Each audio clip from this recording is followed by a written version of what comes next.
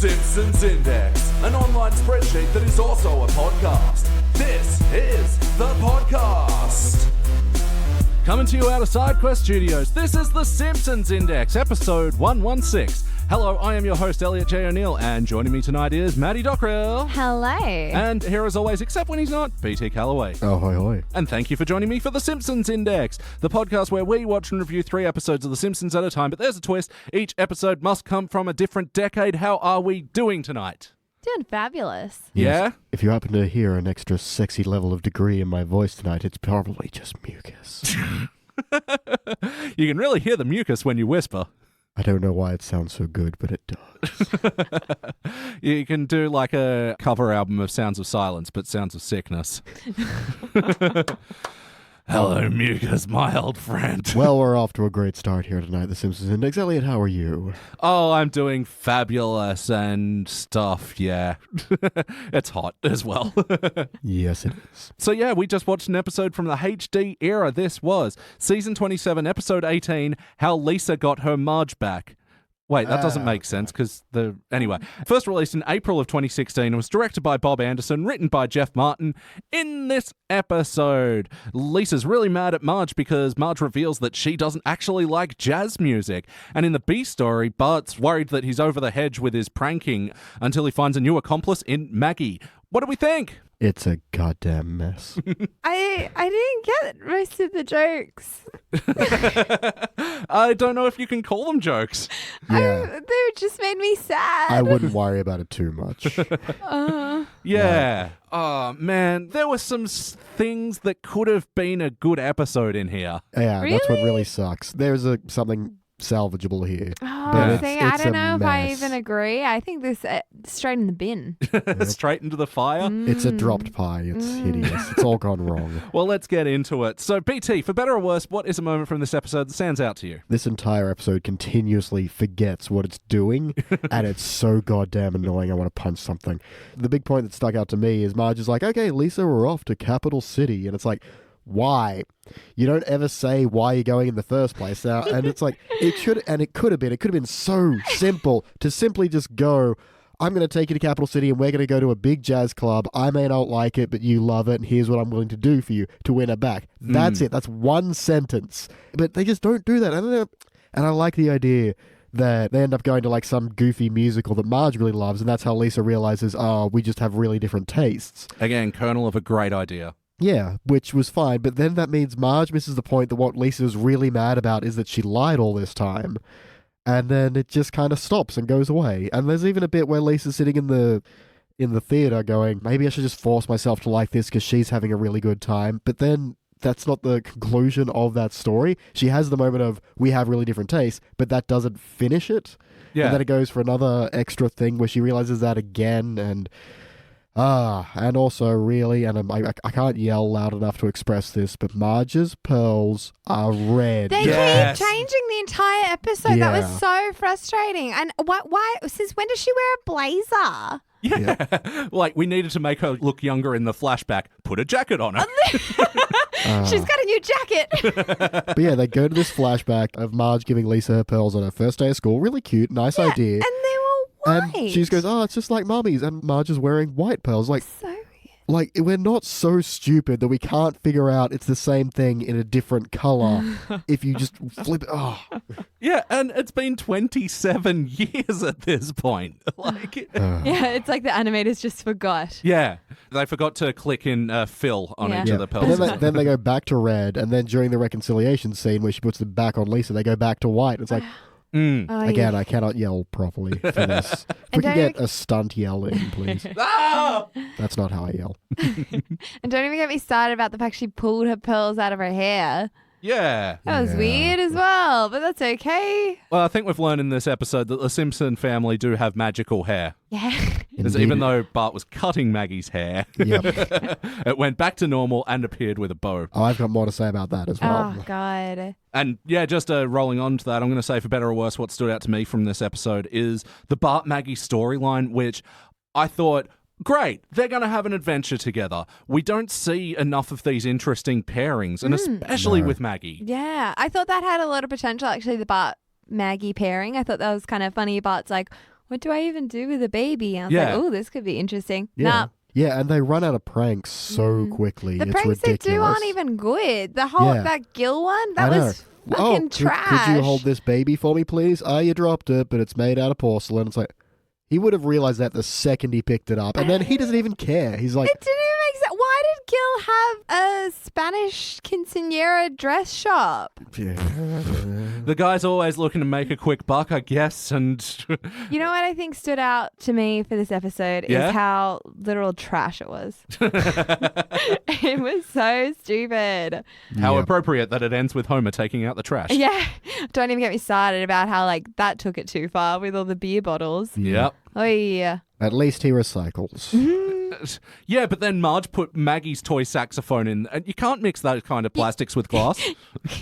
I hated that bit, actually. That hideous moment where Maggie's holding a, toy saxophone and Marge is like, oh, don't you start too. It's Yeah. like, I'm going to crush all your dreams because I don't like your thing. I know. Which Well, is very anti-Marge. Jerk-ass Marge. Ugh. well, essentially as well, Homer kind of did that to Bart and Maggie, being like, I don't need another Bart. Yeah. That was awful, that joke. So what if Maggie's personal identity is somewhat similar to both Lisa or Bart's? They're allowed to have common things. I know, siblings like overlap a lot and they share, and it's good. It's a good way to bond with your siblings. Yep. Yeah, big downers on the parents in this episode. All right, so play count. How many times before tonight have you watched this episode? Nunts. I have also seen it, The Nuns. Yeah, I've seen this once before, maybe, and I wonder why I haven't returned to it. So let's talk about some of the wacky moments in this episode. We like to look at the cartoony elements of Simpsons episodes. It is a cartoon after all. What are some things of the wackiness that stood out to you guys? The very opening in the factory in China, you have a child trying to lick a sticker and put it on a box, and then it's like, I have no saliva left. Well, then use your tears.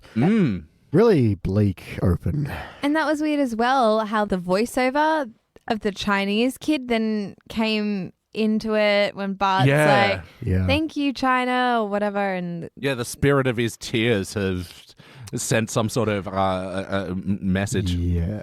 so Wacky. It's kind of shit because I actually didn't mind how this started with Bart being unable to prank people. Yeah, I like that idea. It's just the opening that started it, and then the end of it where he tries to pick up the quarter, and the rascally kids from Riverdale have stuck it to the ground, except Archie's dead. What the fuck was any of this? oh my God, that entire opening bit, I was like, this is sad. Like Hans Moleman, that made me sad. Cletus's like weird stereotype rant. That also made Just me Cletus sad. listing off all the adjectives to describe himself that he could. And then even he made himself sad. I was like, this whole thing is sad. Yeah. And then they killed Archie. Yeah. Like, imagine the writing process of that. Okay, we're going to have Bart then realize he can't prank anyone, who then falls for a prank, the ultimate low. But who could be pranking him? I don't know. Riverdale. Archie and the gang? That's okay, but then how do we get out of this scene? They have to attend Archie's funeral. Of course. What? I feel like it's a reflection of the writer's state of mind of themselves being sad with their life. They're sad and forgetting which cartoon characters are in their universe. Yeah. On the upside, the background sign was Heinrich's Monocle Shop. Oh, yeah. But yeah, just on that sad bit as well, Kirk Van Houten, who is now with Luann again, is like, I need this dollar for dinner. Like, Well, that's weird, because it implies he's not with her, he's just walking with her. For some reason. Well, I know they did get back together at some point in the HD era, but I feel like, Kirk after Luann was, the pathetic poor guy, but with Luann, surely they're pulling a dual income. Yeah, he's still that pathetic loser guy. Yeah. I mean, if he needs $1 for dinner, so does she. So Yeah. Yeah, I really don't like, because it's just, they turned Kirk into another Gil. And it's so we unnecessary. already had a Gil. Any other wackiness? Ralph's thing. Oh, Yep. Poor Ralph, he's dead now. That was fucking weird. Yes, it what was. was that? I'm not stupid. Stupid thing coming ahead. Wall licorice. What? And then electrocuted. Yep. What? Yep. I liked the start of this joke because he kind of looked like when you're playing a video game and you're running your character in a wall and he just keeps running at full speed even though he can't get anywhere. It's a wall. But then he goes and chews up some wall licorice. He goes through the wall. How strong is or how shit are the school cafeteria walls? I can assume it's their Both. shitty walls made out of biscuits and spit. But, Yeah. Okay, here's a bit I'm going to point out as making absolutely no sense that bothered me. So Homer's watching football, but he's watching American Gridiron that's being broadcast in the UK for some reason. And then Bart comes in and says, no one's falling for my pranks. Then we cut to the next day and Marge is like, oh, you missed breakfast because you were up late watching your football games. Like, was it late? Because it was never established he was watching it like 2 a.m. or anything. He was just watching American football in Britain for some reason. Bart was still awake and had presumably just come from his afternoon of pranks failing. So it's late afternoon at the latest when that scene happens. Then Marge is angry at him that he stayed up all night. He apologizes, but that's not a plot line. Like I said, it was a mess. It was just, what is going on right now? 2 things on that note. Yeah. Firstly, I want to bring up again why Homer, when he's watching TV, he's just wearing socks, like, and not shoes, and I just felt like that was very odd. Well, I feel like this entire section was a different script plot. Like it had been like from a different revision, and they just didn't change it because it feels really purposeful, but not set up properly, and there's no payoff to it. They've put it there for a reason, but that reason has been removed, but the scene hasn't. That's what was sort of, I was thinking about Marge's pearls as well. Like, why do they have these like weird off-character models in this episode? And I thought maybe with Marge's pearls, like the white pearls was like there for a reason, like she was trying to connect with Lisa or something. Yeah. But it wasn't. It was nothing. The socks were meaningless. They look comfy though. So weird. And the second thing, what the fuck happened to Homer in this episode?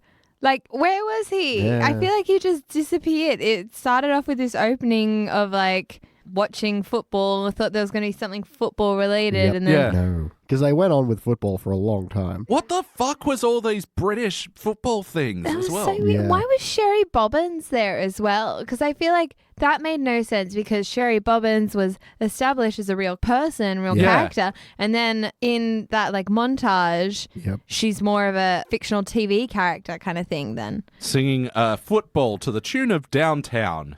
Touchdown. Yeah. And was Paddington making out with Winnie the Pooh at one point? Oh my god, Indeed why he were the was. bears kissing? I didn't get that at all either. This is what I mean. I didn't get these jokes. I was like, why is this happening? I mean, sure, if that's their like, they want to go for it. But why are Why we? is it? in Why has this it been episode made then televised in this fictional universe? that watches American football and British? This made no Yeah, fucking sense. and it went Okay. on as well, like enough for us to think this is going to be significant to some degree, and it just went away. Yeah. Ugh. And the other wacky thing that, I wanted to point out is that, Bart's pranks with Maggie as well, that my main problem with them is Maggie didn't need to be there for either of them. Nope. You don't need to hold a fake Maggie and give it to someone who's going to break it. You don't need a real Maggie. Yeah. Oh, and the thing on the couch. Why did Bart cut her hair to look like Bart? Yeah, I thought that was going to... Yeah, the joke was the milk bottle was glued to the floor, so you don't need to dress Maggie up. Yeah. It only seemed to exist there, so Homer's stupid. He thinks it's Bart Jr., not his actual daughter. But it felt like it was only there to set up the fact that he was just about to strangle her, and that's a joke, I guess. Which, again, like, that's what I mean. There was a lot of jokes in this episode that I was like, that's just made me sad. Yeah. Are you okay, Simpsons writers? I know. Jeff Martin. Like, reach out, buddy. The one bit of wacky I'll say was kind of funny is when Homer leaves while Lisa's playing her solo, he brings the cat, puts her there, puts a little beret and sunglasses on the cat so it looks like a jazz cat. I Like, actually liked that as that was well. That cute. was one of the Very things into I that joke. liked. Mm. And even when they did the smash cut 12 minutes later, the cat hadn't left. It's just, grooving on it. yeah, he's grooving on top of the fridge. Got himself a nice warm spot, listening to some bebop. Yeah. Another weird inconsistency with the Homer and Marge drinking wine in bed. I feel like I've never seen that before. And again, there's no reason for them to be doing that. No. Well, they are having this little bonding moment of, like, you hate Lisa's music? I hate Lisa's This music. may come as a surprise to Australian, but you can bond with someone else without alcohol. I've heard. Beer? It's a thing that you feel like has a purpose that doesn't, and then you wonder why it's there. Yeah. And I feel like I almost thought it could have been interesting, a Homer and Marge dynamic of, like, relating as parents of, trying to support our kids, but I actually fucking hate that thing that they like. But I'm trying to encourage them still, but I hate it. And you know what? I feel like I can see and like relate, a lot of parents to that. Not that I'm a parent, but you know what I mean? Yeah. Like I said, there were kernels of fragments of a good idea here for them to be able to do that. Like we said, this is a dropped pie, and you can look at the pie and know it's ruined, but you can see how good it could have been had it just not been dropped and stepped on. No, absolutely. So, I mean, it's a given we'll talk about more wackiness, but for now, let's move on to the heart. Did you guys feel any bumps from this episode? No, and I should have. What I did actually think was cute was when Homer was like, oh, here, have a baby. That's how you cheer someone up. And then Bart was like, I don't know what to do with this. And then starts playing with her. He's like, oh, this is actually kind of nice. I like having a sister. And then was like, it's good you don't talk. I thought that was actually kind of cute, like that little interaction between Bart and it's Maggie. Like Elliot was saying earlier, this really should have been a very cute plot line. We don't get a lot of Bart and Maggies. No, I honestly, I can't think of any Bart and Maggie. Yeah. Yeah, not off the top of my head. I'm sure there's something. And I've got a soft spot for comedy where it's like, in the instance of this, Bart is treating Maggie like a yo-yo and, hanging her off the pacifier. And, this child is in very real danger, but they're having a lot of fun. So it makes it okay. And I'm a big fan of that. Like in that Futurama episode where Bender adopts all those kids. Yeah, I like that episode. He's clearly malnourishing them and neglecting them and giving them baseball bats to hit each other. But at no point is the kids having a bad time. Yeah, they're all having a good danger makes it fun. Yeah. But in that moment, it immediately gets kicked in the heels with... Kicked in the heel? It doesn't sound pleasant. We'll stick with it. Kicked in the heels. Okay, this is a van coming down the road playing, like, ice cream van music. Homer runs after it. Ned appears from the mist and is just like, why is Homer chasing the spay and neuter van? It's like, why is the spay and neuter van playing ice cream music?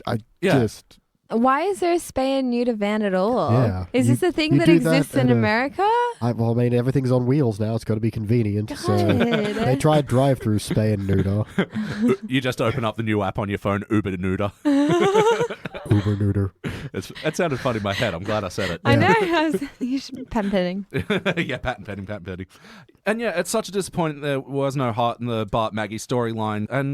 And neither in the Marge Lisa storyline, or they had the ideas like we said before, and they just weirdly didn't know what to do with them. Well, what really bugs me, and I wrote this down as a note that just says, Bart and Lisa are both having similar problems. Let's see if they relate. Because they're both struggling with something they love. Bart's losing pranking, and Lisa's not losing jazz, but she's losing someone's interest in it and maybe questioning whether, she doesn't bring her sax to Capital City, for example. Yeah. So, no, they didn't relate at all. They didn't have parallels or anything, really. Yeah, it's a shame because I think there was absolutely something to take there from Lisa. Like, she is such an artist. She is obviously a gifted musician and great hold of the English language, super smart, talented, whatever. Hates Kenny G.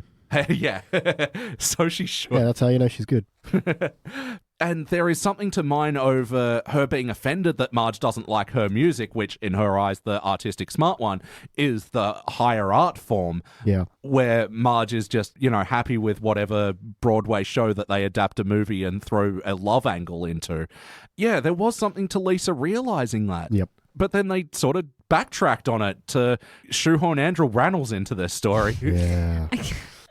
I mean, I didn't mind him. Like, I actually quite like that line when they're at that diner and they're like, no real celebrities come here. And he's like, until now, right? Yeah, I do like the diner, the penny loafer, because it has a sign out front saying, whoever stole our giant penny, please give it back. That's not bad. Yeah. But yeah, so the guest star of this episode was Andrew Rannells, who y'all might know from being the first Elder Price in the Book of Mormon. Not the fat one. Which is Josh Gad, by the way, for anyone playing at home. Yeah. So, big Broadway star, did Book of Mormon for many, many years.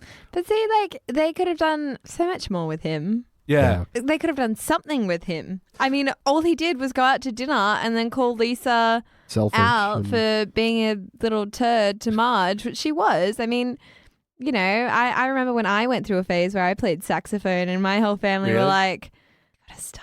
Aww. They're like, can't handle it anymore. Can't handle you shit playing and you're practicing. And I was like, No, that's the problem with any. I don't think it's any instrument. It's just you're not good for a long time. Yeah, but some are much more grating until you're pretty good. Yeah. Like violin is hard until you're okay. Yeah. And you know what? That's what I'm saying. I can relate to Marge being like, oh, I don't really want to listen to your 12-minute jazz solo, Lisa, but I'm going to pretend anyway. Like, kudos to Marge for pretending, unlike my mother. I think there was a point to be made with Lisa being hurt by Marge lying to her and Marge not wanting to hurt Lisa's feelings. Yeah. I think there is a balance that they could have hit with that, and having Marge go, I'll tolerate this and you can tolerate other things. And Yeah, and I think they should have come out of that musical and had that moment of Marge being like, you didn't like this, I don't like jazz, we just have different tastes, and her being like, no, the point was you lied. yeah. But it just kind of, I was going to say, I'm not even sure if it was I feel like the point should have been more to do with the fact that Lisa thought they were bonding over this love of jazz as opposed to the betrayal of a lie. Yeah, that would have been fine too. I thought that would have been, that's where your heart is. You know what I mean? Yeah. Yeah, because then they could have been like, they actually already had tickets to go to Capital City, but then Lisa finds out Marge doesn't actually like jazz and is like, well, I guess we'll go anyway. Yeah, see, that makes more sense. Yeah, there was like a deeper story to take out of this, but it just felt like they were going through the motions. And although, I did like Andrew Rannell's little dissection of the whole situation. It's like, stop being such a snooty kid, maybe? Yeah, a lot with him really worked. I liked how he got into the scene by just like, he kind of invited himself. Yeah. But just, desperate for attention. But they didn't draw too much attention to it. I think they overplayed the whole, hey guys, I'm a celebrity sort of thing, but... Yeah. I mean, I thought that was I thought he was like making fun of himself. Yeah. In that sense, where I was like, it's kind of funny, but... Yeah. Not funny enough. Ultimately, though, did it feel like an episode of The Simpsons? No. No? It felt like components of it. Character integrity, though? Yeah, see, I feel like that's what I mean. Like, the characters were so off. I just felt like, there's so many weird little inconsistencies. Yeah. Yeah. I just... Marge's necklace was off character. Yeah. Yes, it was. Homer's footwear was off character. Oh, God. It's like Homer is too stupid. Yep. And then I like the idea of Bart's storyline, but then his pranks were so un-him. Yeah, they were so uncreative. Yeah, they're just like, No wonder they're not working. I mean, how did he even... The whole first prank, the dollar on a fishing line... That's at least like classic back page of a comic book kind of thing. But like, all the ones he did with Maggie, just none of them were interesting or funny or needed her to be there. Yeah, because... if the Flanders family were stupid enough to fall for their neighbor baby, which they are been at least familiar with for the last year of her existence, they can think that's an angel. Well, they could have thought anything was an angel. Yeah, exactly. If Gil doesn't realize a porcelain baby is not real... Where did Bart get that made? I don't... It was very realistic. But that did make me think of a part that was also put a lot of focus on that didn't matter when Raphael's like, hey, where are you going? Going to the airport? And he's all like, Marge is like, I'm going with a very special girl. And it goes on. And you think for a second that maybe she's going to leave without Lisa, or Lisa's going to run away or something, because we're just sitting here talking to this, airport driver guy for like a minute. That and was it does such a waste nothing. of animation. And then she just comes back and they leave. It was like, oh, okay. Why did we do any of that? It was a long road to get there, but I did like Raphael's line of, sounds to me like you're a terrible mother. Like, That was fine, but you could do it so much quicker. yeah. Yeah, agreed. I like though Marge's comment. Great, now I've got both daughters mad at me. Yeah. Being a parent Yep. Yeah. Gotta be of hard. daughters. As far as the integrity goes, the show itself is just totally off. Yeah, it's all in their wheelhouse. It's just not quite right. Yeah, it's definitely, off-brand Simpsons. Yeah. But yes or no, would you watch this one again? Probs not. I would not. No! BT, what would you change? Oh, God. I would remember what I was doing at the end of the episode. Related to, and again, I feel like this is one that's had several revisions and they have not dropped dead-end plot lines and things like that. It feels like there's just so much you could pull out of this that is just there for no reason. And again, just add some jokes. I don't think I laughed properly this entire thing. I know I use that one a lot, but I mean, realistically, I don't think I did. Have a reason to go to Capital City. Have a parallel between Bart and Lisa. Have Bart's pranks actually be interesting. Have him bond with Maggie. Have anything happen with his storyline, have anything happen with Lisa's storyline, and change Marge's pearls to red. We fucking know they're red. Because that's the thing I thought they were going to set up in the flashback sequence is that Marge originally had white pearls and gave them to Lisa in that moment. That is a billion times better. But, I mean, even though that, because they've set up past continuity where that wouldn't be true, but within the world of that episode, you would have let that fly. Yeah, exactly. How about you, Maddie? What would you like to change? I think I would just start again. Go back to the pie shop, get a new pie. Literally, like, I feel like, you got your storyline of Lisa finding out that Marge doesn't like jazz and the storyline of Bart and Maggie bonding and go from there. And yeah, for the love of God, put some fucking jokes in this episode. Like, it's an episode of The Simpsons. Why were there no jokes? Well, there were jokes. Yeah, you're right. Jokes. Sorry. They were bad There's jokes, and then there's jokes. Yeah, look, what I'd change, man, fuck, it is a mess. I like the idea of them going to Broadway, essentially. They call it Capital City, it's Broadway.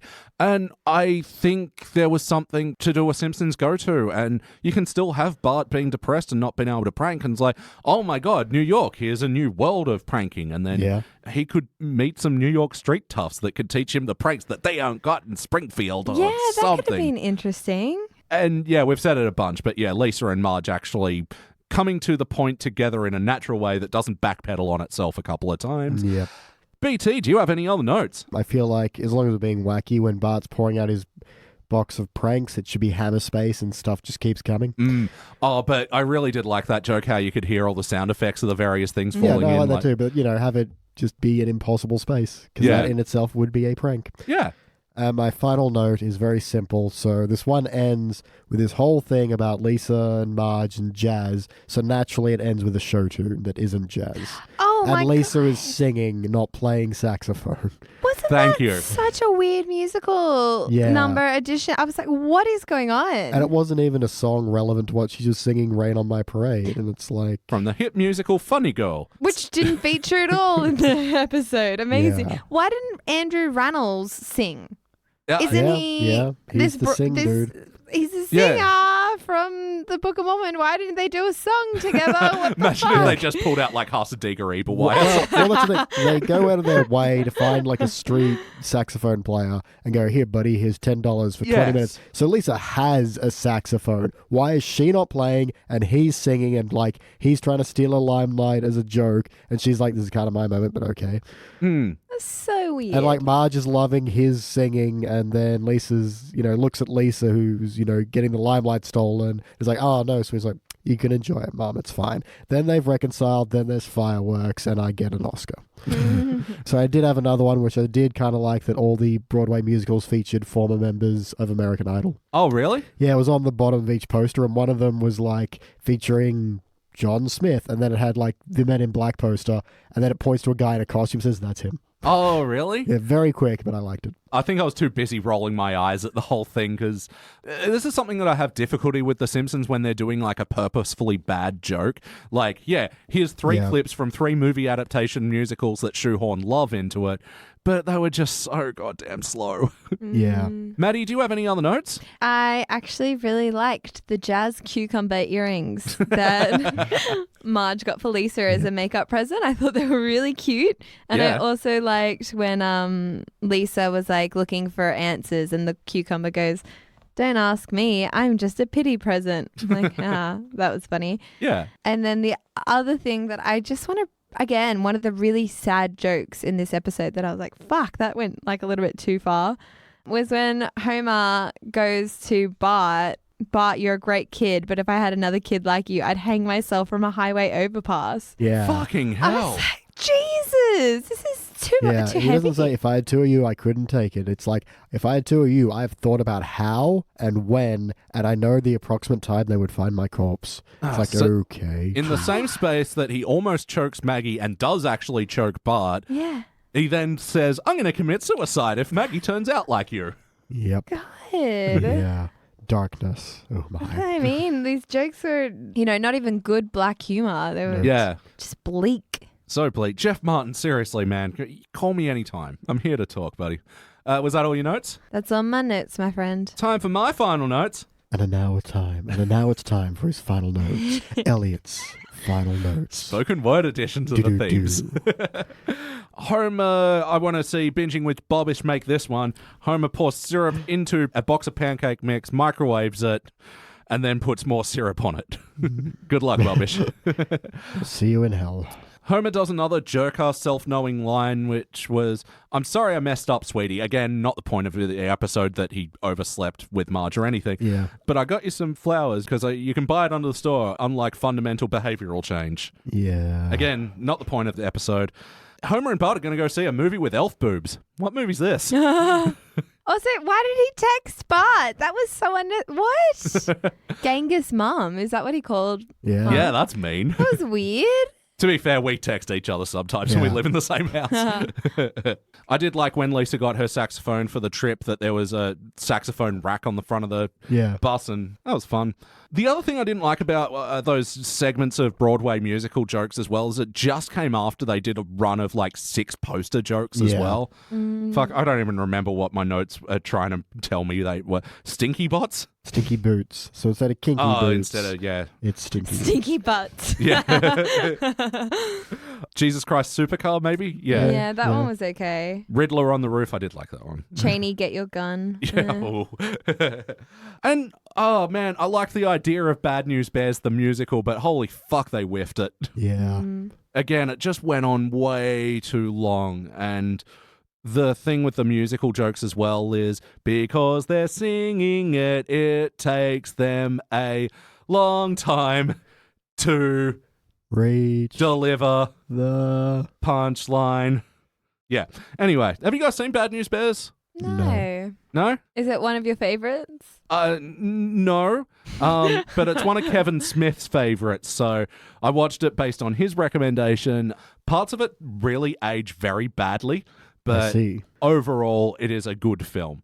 But don't watch it in a public space. Where are you watching movies? You never just pop a movie on in the park? Maybe I'm missing out. Bring your iPad to the park, hang it on a tree, and just sit back and watch a movie. Get some popcorn. Be good. Anyway, they did a really on-the-nose thing of Marge saying, "Oh, it's just like people who are like flogging their old merchandise," and then Simpsons 17 DVDs on sale now. That was tacky. Yep. And my final note is I liked the idea of Lisa having a little jazz band that rehearses in the treehouse, and we didn't get to see them, and there's something so very unsatisfying about that to me. Yeah. It is time to rank this thing. On the Simpsons Index, we rank using our 6-point scale, which starts down the bottom at failure. Maybe if the episode was just meh, you give a participant. But for the positive rankings, you got okay, bronze, good, silver, excellent, gold. But for the best of the very best, you give cubic zirconia. I'm going to go first. Let me show you how it's done. Oh. Yeah, it's a little like, for all the negatives I've said, I don't know if it deserves to be in the pit. Does it though? I'm gonna go ahead and throw this in the pit. Yeah? I'm gonna take the lead. I'm gonna throw it in the pit.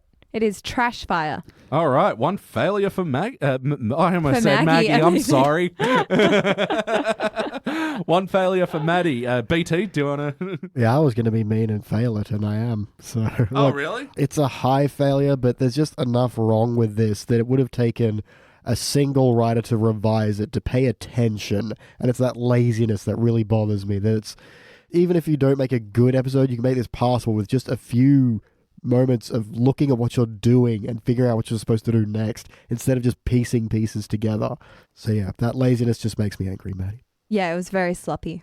Yeah. I am going to give it a participant. It's fair. And it's mostly on the goodwill of the good kernels of ideas, and that just barely saving a very, very bad episode. Yeah, because I will say most failures I'm angry at. This one I'm just irritated by, but still annoying enough. Yeah, it didn't evoke the rage that some of the other failures have done in the past, but it was just trash. Yeah. Well, definitely not participant. Averaging out, this will make it a shiny failure. Sounds good, right? Like that. Yeah. Right. And we don't have many shiny failures, but it'll be joining the ranks of PayPal with Marge that paid that girl to hang out with Lisa. I remember that one. Yep. The 10% solution where Joan Rivers was Krusty's agent.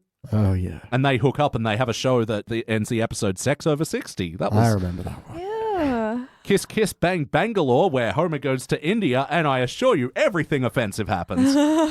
And also Bonfire of the Manatees, where Marge starts hanging out with a manatee tamer played by Alec Baldwin.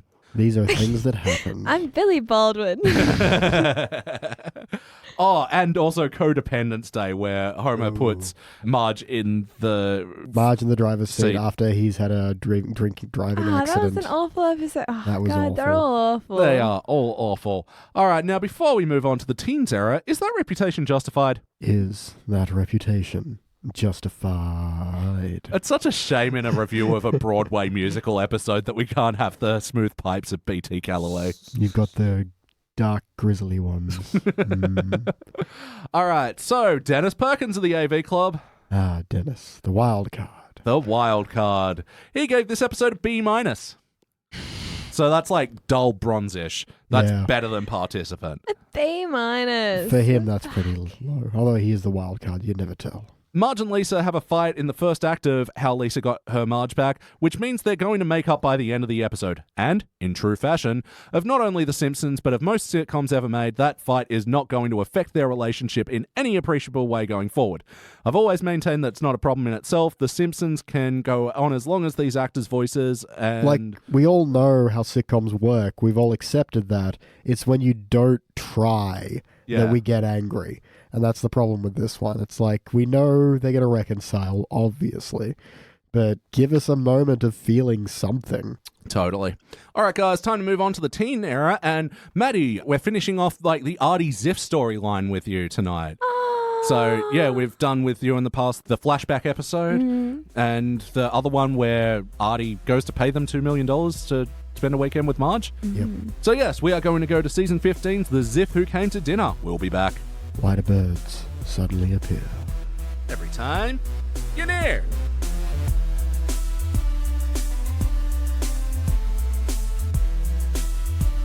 And we are back, and we just watched our Teens Era episode, which was Season 15, Episode 14, The Ziff Who Came to Dinner. First released in March of '04, it was directed by Nancy Kruse, written by Deb LaCusta and Dan Castellaneta, who... the voice of Homer and his wife... What is it when it's not respectively? Because I've said it in the wrong order. Oh, Irrespectively. sure. In this episode, the Simpsons family discover that Artie Ziff has been living in their attic, and he forms a ruse to get Homer to be the majority shareholder of his old company, which is under federal investigation. Hey, what do we think? I didn't mind. I quite liked it, actually. It passed the time. Oh, man, I'm not a fan. Really? And you're always so generous. We were just saying I'm the nice judge. You're the nice judge. Well, wait till we get to ratings. I'm like, oh man, this thing was terrible. Bronze. I'll give it my lowest ranking ever. Dull cubic. No, I thought it started out pretty good, but just when Artie came in, I just... Ugh. It kicks everything in the pants from Yeah. on. He's the worst. And at least in episodes where he's supposed to be the worst, it's fine. But in this, he's meant to be redeemable, but he's still the worst. Yeah. Well, let's start out with you, Maddie. For better or worse, what is a moment from this episode that stands out to you? You know what? I like that there wasn't actually a B story. It was all A plot, you know, and I kind of like the focus. Yeah. Yeah, it did have a through line. Yeah. And I liked where it began as well. I liked the redeadening. I loved Lenny's feature in that. I thought that was quite funny. They didn't sew the buttons under my eyes. It was just held there together with hot wax. But yeah, the redeadening, I think that's where a lot of the strongest material of the episode came from. Absolutely. It was going to be my, what stood out to me. Thank you very much. But yeah, having watched many crappy horror movies, there are so many good moments in this. I just love... What's that, baby button eyes? Your eyes came from the trousers of an insane killer. Yeah. Just the dumbest reason for a doll to be possessed. I love it. Yeah. And even Homer is like, he has some good moments, you know, with he's like, don't worry, sweetie. Look, they're killing the doll now. Oh, looks like it's unkillable. How about you, BT? What's a moment from this episode that stands out to you for better or worse? Well, if it's not the redeadening, it's going to have to be for the worse. And it's going to be what turns Artie Ziff around is banging Selma. You know what? It's funny that you bring that up because that was my next worst. So there you go. You're taking it's that. It's so weird. Like, he's in Moe's tavern. They walk in, he drops a bad pickup line and sleeps with Selma and then like, I'm going to get Homer out of prison. It's like, why do you give any fucks? Well, that's the thing. He just gave a fuck, and now he gives a fuck. Your angry That's not love. how fuck works. I know sex. Yeah, Selma's involvement in this story, like, also, she was kind of creepy. Like, Yeah, she It's so drags him weird. off. yeah, he was trying to be subtle. He didn't want this. Just 10 minutes on the beanbag? Ew. No, well, That's horrific. they did end up doing it in her S bed. S bed. That was funny. Like, why do they need to monogram their beds anyway? Like Bert and Ernie, so they know which one's which. Oh yeah, sure. Yeah, I don't get it. No, it comes out of nowhere, and this is the turn. This is the resolve. It wasn't Marge pleading with him and him going, I thought I loved you for so long, but what I loved was physical, and now there's something good for you that I can do, and I've decided to be a better person because of it. Marge, you make me want to be a better man. Something. I thought there could have been definitely something with his relationship with Bart and Lisa. I thought that was kind of that funny. was pretty cute when he was reading to Lisa and he's like, oh, doesn't your dad ever read to you? And she goes, he tried, but he got confused and thought the book was real. He's still looking for that chocolate factory. It consumes him. Yep. And that's going to be a slight hint at the accidental playlist of today, referencing our classic episode, but more on that later. It was a weird point that I thought that Bart and Lisa were coming to his defense, but Yeah. then when it became like something that, oh, sure, kids, you can keep him. Yeah, I was about to say, like, it's dumb when Lisa's like, it's nice to have someone around even I can beat up. Yeah. But then, yeah, it kind of gets turned around when he's like, no, you can keep him. Yeah, but just like going back to the whole like Selma element of the story, and this is what I really didn't like about Artie, and I'm just going to say it's what stood out to me for worse, was the moments that he hits on Marge. Like, he hits on Marge outside the prison when we later see Selma's in full view of that. Like, and I'll never make a bad remark to you, except this one now. Yowza, wowza, bo bowser. Yeah. That was... Oh, I hated that so So much. cringe. It was real cringe, actually. Yeah. Inappropriate. Yowza, wowza, boom, bowser. That wasn't actually what he said. I'm pinching that from I know. BoJack I Horseman. know, but it's in the vein of. Yeah. I think he says a wooga. If our female listeners could write in and let us know, has that ever worked for you? Yowza, wowza, awooga. Ugh. Play count. How many times before today have you seen this episode? At least the once, possibly the tons. Yeah, maybe twice or thrice. Yeah, I've seen this a few times and I've talked about it a lot. It's an episode that fools me. I have so much fun at the movies, and I gotta say, like, there's some excellent movie sign gags there. Like, I love how in one corner there's a very Matrix Christmas, Yes. and it's the Matrix, Charlie Brown. Yep. So good. Yeah, I've probably seen this like 5 times and then switched it off. I can see that. Like, it Yeah. really does take a dive. Yeah. It's all pretty solid until Artie Ziff starts sucking moisture from the rafters. And then it just tanks. Let's get into the wackiness. What are the cartoony elements that stood out to you guys? There's a great part when they're going up into the attic and Homer has a flashlight, but then sets on a light with, with a lighter, and it becomes a torch. Enjoyed that. I love Flanders taking the old people out to the ice cream place. Yeah? Celebrating Justice's birthday. I thought that was really fun. And Abe's like, ow, this ice cream's too cold. I cut myself on the cone. Yeah. I thought that was pretty wacky and enjoyable. Yeah, I liked that. What do you guys reckon about the hip-hop birthday MC? And I can't, again, mixed. I like the idea that it's such an extreme place that there's no, like, they're oblivious to the old people not liking it. Yeah. They have, machine guns full of confetti. I feel like it definitely ruined it. I was really enjoying the setup of them at the ice cream place, and I was like, I love how much they're hating it. Yep. Yeah. And then Jasper's there, like, for his birthday, having a bad time, looking very uncomfortable. And his beard's braided. So it funny. looks so cute. I want to do that. And then the ice cream thing went a little bit too far. Yeah, I think leave it as a rap. Because that would be like a really cheesy rap. I just that think would have been funny. they could have just cut it there where we're celebrating Justice's birthday and Justice's like there having a bad time with his beard braided. Like that would have been enough for me. I would have been very satisfied with that. Yeah, and it's a convenient enough reason for Rod and Todd to be going to the movies with the rest of the kids, but Also, that doesn't come back. Yeah, actually, I was thinking that. That just got dropped. That was odd. No, I do like when they're like, Homer's thinking of taking them to teen sex romp or whatever. Yeah. It's like, that's banned by our church viewing calendar, and it's just got what would Jesus view. Yeah. Like, that's pretty good. Yeah. Other wacky moments? Lenny got the role in The Redending because the director saw his photo in a book of medical oddities. Classic Hollywood story. Love it. And I love Carl. I went to visit him on set and got banned. Yeah. Amazing. Yeah. Yeah, I also do like the line of when they find out he's Ziff, I was like, I thought we killed him. Yeah. No. Yeah. Artie Ziff had a repo van business. I kind of like the visual of the repo van repossessing the repo vans. Yep. The repo van babushka doll thing happening right there. And quite a good wacky moment where they walk into Moe's and everyone voiced by Guy is there. John Lovitz. Oh, the guest star for this episode. Yeah. So we saw like Llewellyn and the guy from the Shelbyville power plant, the critic. So Yep, good. Jay Sherman. Yeah, I really liked that setup as well. I thought that was very funny. Losers. Yeah. I like as well, Artie. He's like, I would stop, but I love the sound of my own voice. There was a weird bit, though, the setup for that, him going to the bar and seeing all of his previous Simpsons voices. Oh, God, again with the suicide. Yes. Oh, yeah. Jeez. Yeah, accidental suicide playlist. Yeah, so Marge goes to Bart, I thought you were playing catch with Artie. And then he goes, yeah, but once the ice cream man cut up his credit card, okay, wait, what? That's not catch. They were playing catch. The ice cream van drove by. He was like, I'll buy you kids some ice cream. But why didn't Marge go, I thought you and Artie were going to get ice cream? Because they didn't think. That's not good plotting. And anyway, and then, he took it a little hard, and then Artie's just, hanging out in the kitchen. Yeah, like I thought they would cut to like a Snoopy thing. He's sleeping on the doghouse looking depressed or something. But not suicide. No, it's not good.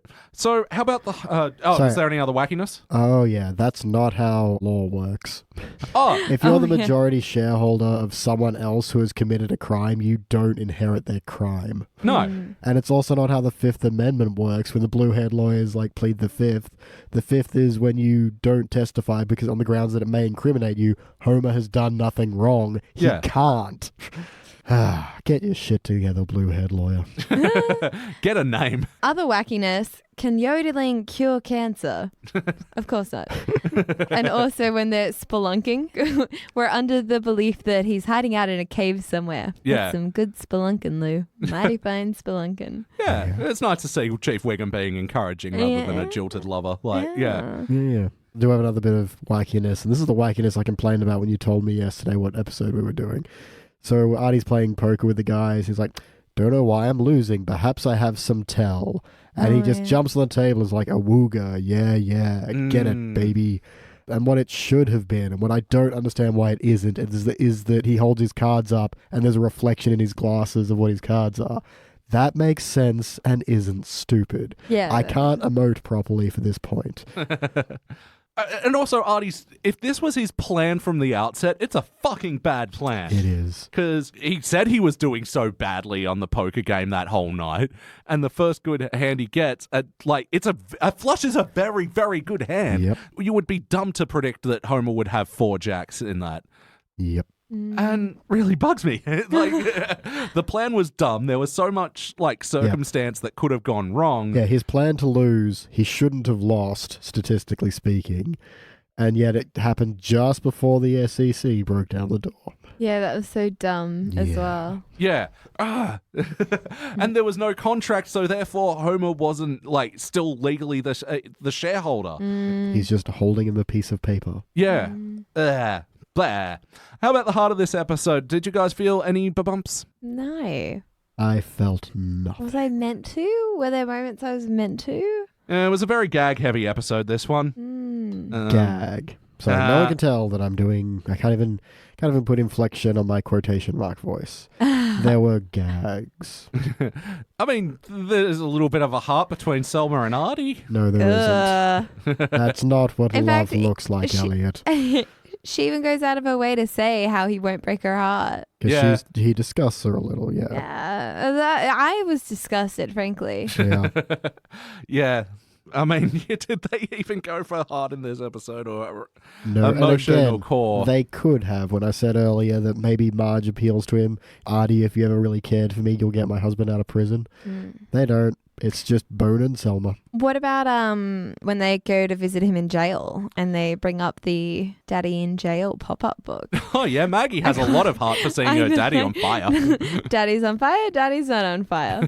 I actually quite liked that book. Yeah. Daddy's made a shiv. Can you help him ice Johnny? The jailhouse snitch. Yeah. And again, a kid doesn't know what's going on, so she's just like, yay. It looked like a good pop-up book. It was Very detailed. I even like how Lisa starts off enthusiastic and then she's like, But no, Maggie was into it and Marge is fine. Daddy's on fire. Yay. no, it's so cute. Yeah, good Maggie in this episode. So ultimately, did it feel like an episode of The Simpsons? It felt like Artie's wacky ride. That was about it. I will say to its credit, though, I don't have a lot of problem with the character integrity, really.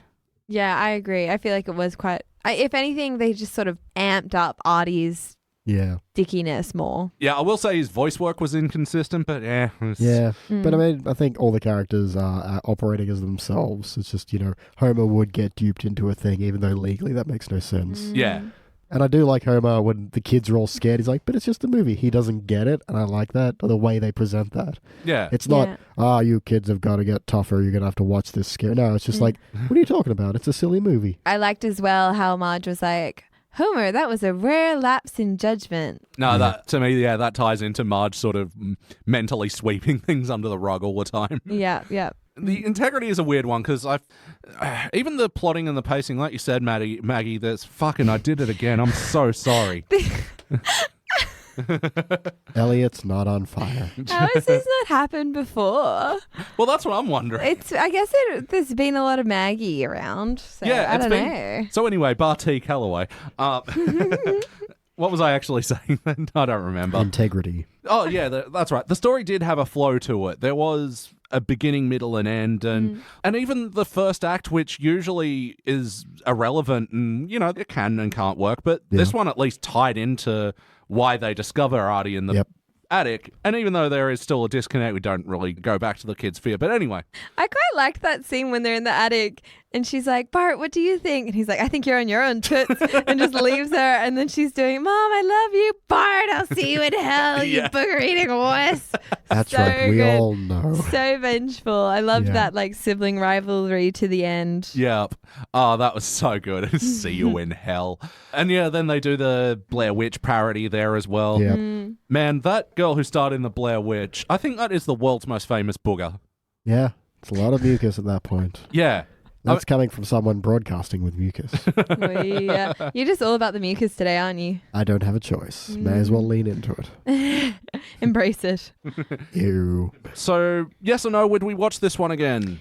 You know what? I think just an overall statement. After watching that last episode that was so dry on jokes, I feel like I was really ready for this episode. So maybe, I'm kind of misjudging it a little bit because, I'm looking at it on paper and I'm like, it wasn't that good. But just compared to the last one, in comparison to the last one, I would probably watch this again because at least I actually laughed a few times. Yeah. No, there were some good gags and, I mean, if you liked it, it's cool. We love discourse on this. But did I like it, though? That's the thing. Or did I just really not enjoy the last one? This is definitely a market improvement from the other one. Yeah. How about you, BT? I would definitely watch the opening again. All right. So whether I stick around depends what's going on. Yeah, I agree with that. Probably turn it off halfway. Yeah, but I love the re-editing. It's Well, I mean, we may as well ask the playlist question. If you watch this episode in context of playlist, what playlist would this go in? Classic Simpsons horror movies. I put this with The Bloodening. Yes. And Space Mutants 7. Space Mutants 1 through 7. Yeah. Yeah, and the Artie Ziff trilogy of episodes, as it were. Yep. I think you could even do a John Lovitz playlist. I would enjoy seeing that. Yeah, that's right. He's played 5 characters on The Simpsons now. Crazy. More so in the 90s. They didn't bring him back much after this. And I'm pretty sure this is the last Artie Ziff-focused episode. Well, we have to assume he's dead now. I know. I actually thought that was quite a funny ending with his ooh, we'll get rid of that. Skirt. Sprays the cigarette. So I was kind of like... That's right. Everybody circle round. Ooh, I'm going to need more water. I love as well. He's just naivety. Yep. Naivety. Nativity. They have them at Christmas. His Nutella. BT, what would you change? I'd remove Artie's Ziff and just make it all the redeadening. No, make Artie not an obnoxious dillweed. Well, he's supposed to be, but make that the point instead of making him obnoxious. Yep. Make Homer taking over the company. Maybe he tries to then salvage the company instead of going into prison, you know? He knows nothing about business, but he owns it now. It's just, the prison thing didn't do anything for me at all. Artie's arc afterwards made no sense. It did nothing. So go with something else entirely. Yeah. I think maybe, give Artie some purpose in this, actually, because I feel like his entire point of how he ended up in The Simpsons was very, in their house at all. Yeah. Made no sense. And I actually really liked Marge's line when Artie's like, yes, you're the only woman that I've ever loved. And she's like, we had one date. Yeah. So good. No, and So it's a true. solid point. Yep. That's why she says later, why no one likes you. Only think about it. It's like, but then it led to that fantasy of the canner. Yeah, that was weird. So, anything else you'd like to change? No. Just repurpose Artie. Again, I agree. I would really like to see the redeadening expanded. I would have loved to see Lenny on set. I loved Lenny's bad acting Yeah. Yeah. in that. I thought it was so good. Gets tackled as, oh no, and now the prophecy is fulfilled. Yeah. Yeah, what I'd change, I actually don't mind the idea of them finding Artie in the roof, and I just think it could have happened in halfway through the second act, and it being more of a get Artie out of this house sort of story. Sure. That would have worked better. I don't know, there's just something about the kids accepting him, even though I thought it was cute and led to some good material in this episode. It also, they didn't do enough with that either for it to be a point. They just kind of blitz through a bunch of these plot things. And, Marge owes this guy absolutely nothing. Less than nothing. And another big sticking point for me of this episode is how her family kind of ignore her desire not to want to be around this guy. Yeah, true. Even Patty and Selma, the way they completely bypass Marge being it's not like he's a creep. They've not forgotten who he is. They know. And then they're just like, you tried to fondle our sister once. How about you go back to my place? So bizarre. Yeah. Such a bizarre shift, I think, in family loyalties. Very... Gross. And also the fact that Patty and Selma are like, oh, you sent Homer to jail. How would they not have known? Yeah, Wouldn't they have been there for their sister when she's like, my husband's going to jail? Yeah, if it wasn't already all over the news and all over town, then certainly the siblings of the... Yeah, they're all just like, call us when an eligible bachelor fondles you. Jeez. Ugh. But Patty and fucking Mo's banter in the bar. That was awful. Yes. Also, I would like to find out how many years between Artie losing all his money and the episode where he tries to buy Marge for $2 million. It's a good question. And he's like, I lost my money in when? Yeah, in the 90s, unless this is actually lining up, I'll be very amazed. Yeah, so that was in season 13, so 2 years prior to this episode. 2 years prior to this, I And what year? 2002. It's a bit of a wibbly-wobbly timeline here, but I'm totally with you that he made a point that he lost his money in the 90s didn't really make sense. No. Just to reference Janine Garofalo and Scottie Pippen. And Mumbo number 5. Yeah, and Mumbo number 5, I just wanted to bring this up quickly because this is a really funny thing that me and Nick from Pods in the Key of Springfield did last year. We're on Twitter and we're using Spotify play counts to work out. So one-hit wonders, much like Lou Bega, who did Mumbo number 5. What's their ratio of play count of their one-hit wonder song, and then their next best single? And Lou Bega won this contest over Aha's Take on Me and Total Eclipse of the Heart and a bunch of other one-hit wonders. He won with a ratio of 65-1. Wow. Yeah, from his one-hit wonder to his next best song. See, something like Total Eclipse, I'm under the impression that she had other hits we just don't really know. They weren't as big. Yeah, that's right. Because wasn't Bonnie Tyler also did I Need a Hero, or was that someone else? I need a hero. A lot of those 80s songs where you go, they're total one-hit ones. Oh, no, they had a career. Yeah, you've only heard the classic here. BT, any other notes? Once again, the Simpsons have mashed potato volcanoes, and they look really good. Oh, I still need to make me some of those. Yeah, they look delicious. And my last gripe is Marge is all like throwing Artie out of the house, but she's throwing his clothes out of their bedroom window. Why is Artie's stuff in her bedroom? And why does he have so much stuff? He was hiding in their attic. Well, yeah, because the attic doesn't have an exit point that would lead out to the front of the house. So maybe her room's just the next convenient place near the... No, the attic door is in the hallway. Yeah, so she'd still have to like walk it down and into her bedroom to throw it out the front of the house. Throw it down the stairs. Set it on fire. Not in the house. You don't tell me what to do. Wait, you're my landlord. Yes, you do. I tell you where and when you can set fires. Damn it. I mean, I get they're doing the parallel to throwing the husband out, but it still was stupid, and I hated it. Yeah, well, and then it just led to another sad grandpa joke of, can I come back? What do you think? She's the nice one. Yeah, that wasn't that funny. Maddie, any other notes? Yes, I had, honey, can daddy rest his soda on your head? And then Bart said terrified and he's got the popcorn on him. Yeah. I liked that. I like this as well as, like, this is a movie that's even too hardcore for Bart. Like, Yeah. At the end when Homer gets released and he's like, can I put this time towards a future offense? He goes, yes. You can either steal a car or kick me in the crotch. No one ever picks the car. It's so dumb, but it happens so quickly. I know. Yeah, I like that. The quick turnaround. They didn't dwell. Yeah. All right. Well, I guess it's time for my final notes. Theme music. Insert theme music here. Their Palport parody of the Wild Thornberries was the Wild Dingleberries. Yep. Did anyone catch any of the other movie parody posters? Diet Coke, the movie. Yep. I saw Eating Nemo. Yeah. Yeah, I'll put that one up on the social media feed.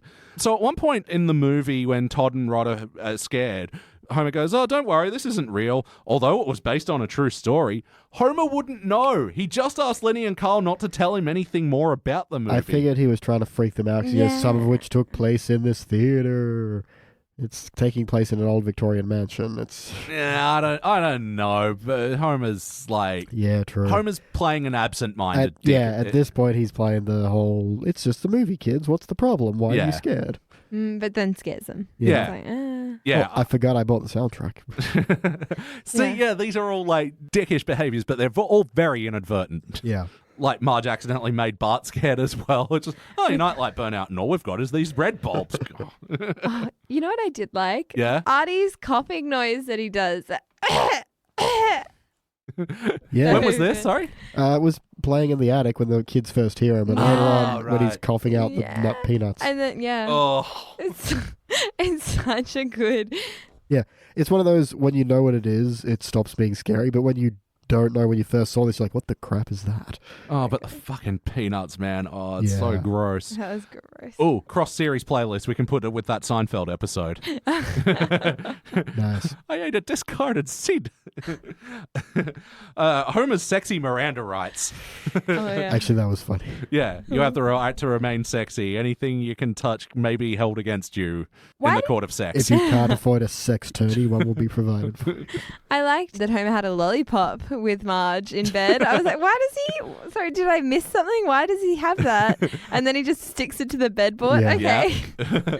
Lollipop on Homer playlist, you know. Tie this with, I like to keep a lollipop there. Weird nonsense joke of, oh, look, I found an old Newsweek with Why America Loves Saddam Hussein. Yeah. That was odd and dated. But something that will never date is when Homer says he shared the monkey peeing into his mouth video. Homer is right. That video did get America through some dark times. Yeah. And I did like the newspaper joke of, like, Homer goes to prison and local bully says, ha ha. Yeah. Not bad. It is time to rank this thing. No, Maddie's meant to kick it off this time, but she kicked it off last time, so I'm going to kick it off this time.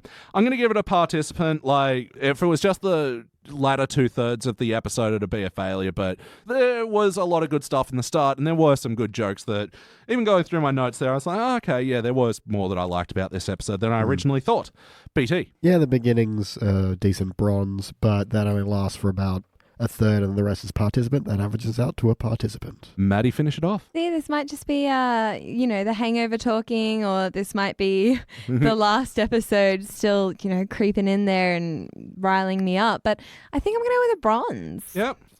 Yeah. I thought it was just a little bit above meh. Glad someone went a little bit higher, because I would like this to stand slightly higher than most of the participants. Yeah. Well, and it does. Just for the re-detonate. Mm-hmm. And it will be a shiny participant, which really does actually feel very right as an average score. It will be joining other such shiny participants as Today I Am a Clown with Krusty's late-in-life bar mitzvah. The other week, we reviewed The Father, the Son, and the Holy Guest Star with Jordan, and Homer admitting that he's masturbated at least 8 billion times, which we worked out was 3,000 times per second? It was 400 times a second, 300 times, 3,000 times a minute. Yeah. He's a hummingbird is all we know. Also be joining The Scorpion's Tale with Werner Herzog and his wonder drug and the old people having their eyes pop out of their sockets. Yep. Yeah. And The Bob Next Door, where Sideshow Bob does a face-off sort of thing, and you see his face come off. Pretty gross. It is. And before we move on, is that reputation justified? Is that reputation justified? Yay! Copyright.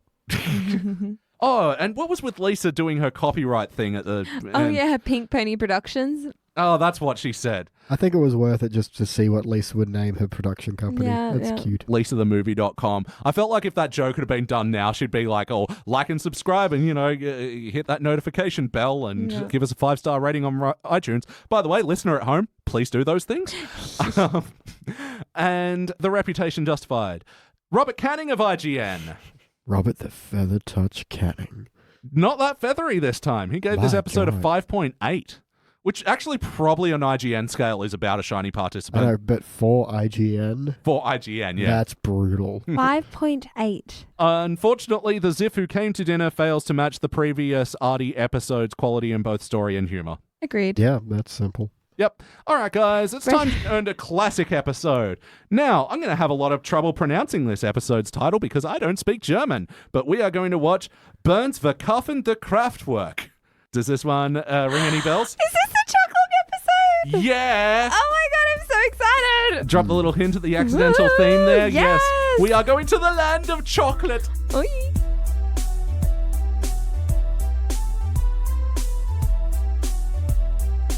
All right, and we are back, and we just watched our classic episode for the evening. This was Season 3, Episode 11, for fans of 311 out there, Burns Verkaufen der Kraftwerk, and apparently in English it loosely translates into Burns sells the plant. First released in December of 1991, it was directed by Mark Kirtland, written by John Vitti. In this episode, it's the one where Burns Verkaufen der Kraftwerk, which loosely translates into Burns sells the plant. Guys, what'd you think? Excellent. Loved it. There's a lot of fun this episode. Yeah. Good. It's such a nice round episode. Yeah. Round. So yes. nice and neat. It is wrapped up in a neat little package. No, I mean, it's a charming story throughout, and it's one of these ones where it's actually not like a solid A-plot, but there's little branching elements to it. Yeah. BT, for better or worse, what's a moment from this episode that stands out to you? Now, this one is really peppered full of little references to history and things that you don't realize as a young child watching this quietly on the carpet. Yeah. You have to wait until you're an adult who has gone through history class and knows some things. So it was 1991, you said? 1991. Yeah, because I was curious. Good year for palindromes. Yes. Madam. No, because I was wondering, because he says, oh, well, I'm from West Berlin and he's from East Berlin. And I'm like, wait a second. I know, I thought there's something going to be there, and then they're like, and now we have a big factory. But no, the wall came down in 89, and I don't think they'd fully dissolved East and West Germany yet, so that checks out. Yeah. But, I mean, there's other things. Smithers Come Here, I Need You is a reference to Alexander Graham Bell's first message across the very first telephone. Oh, really? Mr. Watson, come here, I need you. Huh. Ich bin ein Springfield is a reference to the John F. Kennedy speech where he says, Ich bin ein Berliner, and people think he's saying a donut. Well, yeah, because Quimby is loosely based on Yeah. Kennedy as well. It's just full of those little bits. You're like, I didn't get all of these before, but how good of you to be scholarly there, Simpsons. Yeah, and Smithers as well, when he's studying up on German. Yes. I don't think I noticed before tonight that the book he has is sycophantic German. Yeah, I love that. That's great. How about you, Maddie? What's an episode from this episode that stands out for you for episode? What's a moment from this episode that stands out to you for better or worse? Sorry. That's okay. Something that really stood out for me for this episode is just Mr. Burns' dialogue. It's he really brought his A game, and I feel like, sometimes Mr. Burns kind of gets a bit lost in just his like, I don't know, one-liner kind of evilness, but no, he had some really good hearty dialogue. Yeah. We saw a different side to Burns in this episode. Yeah, that opening was beautiful. When Smith is scrubbing his scalp, it says, mild enough to use every day. And he's like, oh. No more tears. Yeah, like, specifically said no more tears. Something far deeper than any promise any shampoo could possibly make. But I love as well, perhaps you'd be more comfortable talking to Snappy the alligator. Yes. Amazing! What? So good. That is the kind of cartoon wackiness that I signed up for. Yeah. And I would like delivered. But I like it as a coping mechanism for birds that you can see that there's probably been a lot of therapy sessions with Snappy the alligator. And it works. Yeah. I love as well how when he walks out of that, hair washing session, he's got the little towel wrapped around his head and it's not even covering any of his hair. It's just on his bald head. Oh, right. It's because so he's got funny. the horseshoe. It's just such a good little visual. And then Homer's back and forth with Smithers about, it's just not fair. And he's talking about candy. And he's like, I know, poor Mr. Burns. Which is a point made later in the episode. It was a great gag on its own, and they made it relevant later. Oh, so good. And I'm going to say the moment of the story that stands out to me is when everybody gets all of a sudden rich from $5,200, presuming. Oh, yeah. Was $5,200 a lot of money back then? Apparently, but it wasn't. But yeah, regardless, I loved all the gags with, everybody's new cars and all the license plates. And Lenny with his plastic surgery. So good. Lenny's plastic surgery is so good. All those worried faces. Except for Lenny, he looks great. This is the worst day of my life. Started with an eye tuck, but the stop kept growing up.